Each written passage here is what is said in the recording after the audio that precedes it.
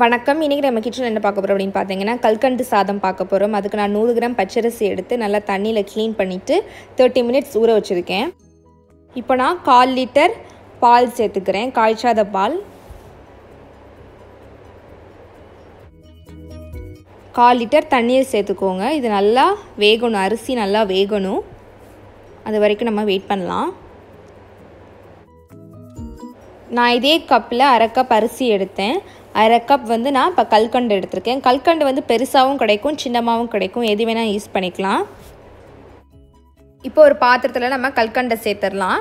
சேர்த்துட்டு கொஞ்சமாக தண்ணீர் சேர்த்துப்போம். ஜஸ்ட் அதை கரையிறதுக்கு மட்டும்தான். நல்லா கரைச்சிப்போம். அடுப்பை சிம்மில் வச்சு சாதத்தை நல்லா வேக வைங்க. சாதத்தை விதையாக எடுத்துடாதீங்க, நல்லா குழைய எடுத்துக்கோங்க.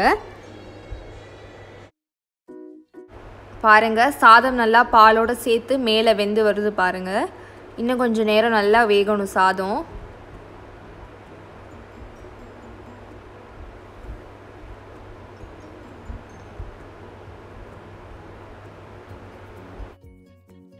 நீங்கள் பச்சரிசியை 30 மினிட்ஸுக்கு முன்னாடி ஊற வச்சிங்கன்னா தான் சீக்கிரமாக சாதம் வேகும். சாதம் உங்களுக்கு நிறையாவும் கிடைக்கும் குவான்டிட்டி. இந்த மாதிரி கரண்டியை வச்சு மசிச்சு விடுங்க சாதத்தை.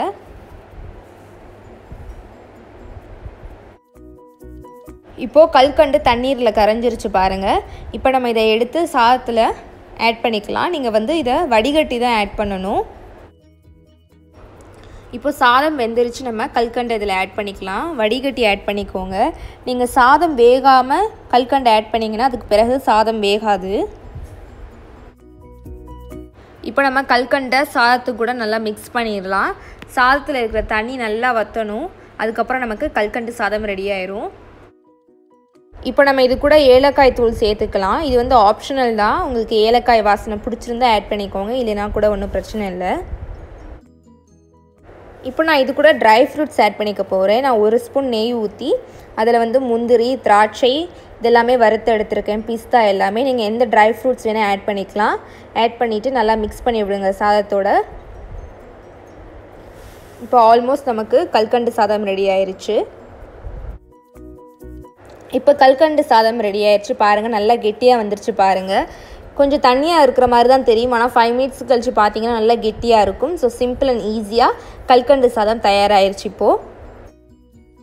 இப்போது கல்கண்டு சாதம் ரெடி ஆயிடுச்சு. நான் டெக்ஸ்சருக்காண்டி மேலே குங்குமப்பூ போட்டிருக்கேன். இது ஆப்ஷனல் தான், நீங்கள் வேணும்னா போட்டுக்கலாம். இப்போ சுவையான கல்கண்டு சாதம் ரெடி. கண்டிப்பாக இதை நீங்கள் வீட்டில் ட்ரை பண்ணி பாருங்கள். பிள்ளைங்களாம் ரொம்ப விரும்பி சாப்பிடுவாங்க. இது எப்படி இருந்துச்சு அப்படின்னு சொல்லிட்டு கமெண்ட் செக்ஷனில் ஷேர் பண்ணுங்கள்.